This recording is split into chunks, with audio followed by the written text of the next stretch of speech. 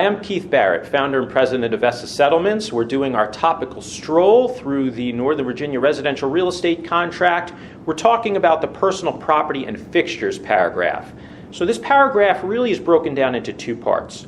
The first part lists a number of personal property items that, if existing on the property, convey with the property. I'm not going to go over all of them, but built-in heating and air conditioning equipment, plumbing, lighting fixtures, attic, exhaust fans, storm windows.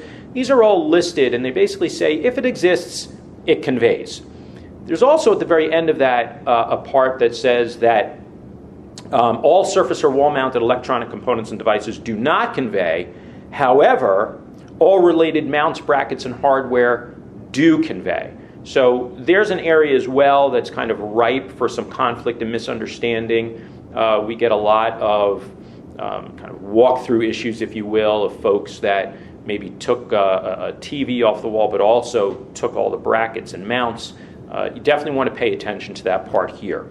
The next part of this paragraph is a whole bunch of check boxes of other personal property items that you have to check yes or no whether they convey or not.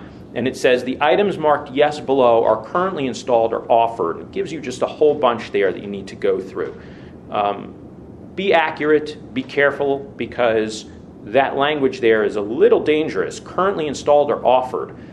What that means is that if you check the box yes, as a seller, you're making a representation that that item is either currently installed, and frankly, if not installed, it's offered. Meaning, if you check a box yes for something that doesn't actually exist at the property, you've essentially offered it. You're going to go and buy it for the buyer. So very important to just be very careful and considerate about the check boxes here. The last part of that paragraph talks about fuel tanks, whether they're leased or owned and how many. This is a transparency portion of the contract. We don't want people getting caught by surprise or a buyer getting caught by surprise after closing. If there's a leased tank and an obligation maybe to buy fuel oils from a particular company. And then another one, transparency, just for overall leased items. There's an opportunity there, blank line, to list what other leased items of the property might be. Thanks for watching. Please be on the lookout for our next video in our topical stroll through the residential real estate contract.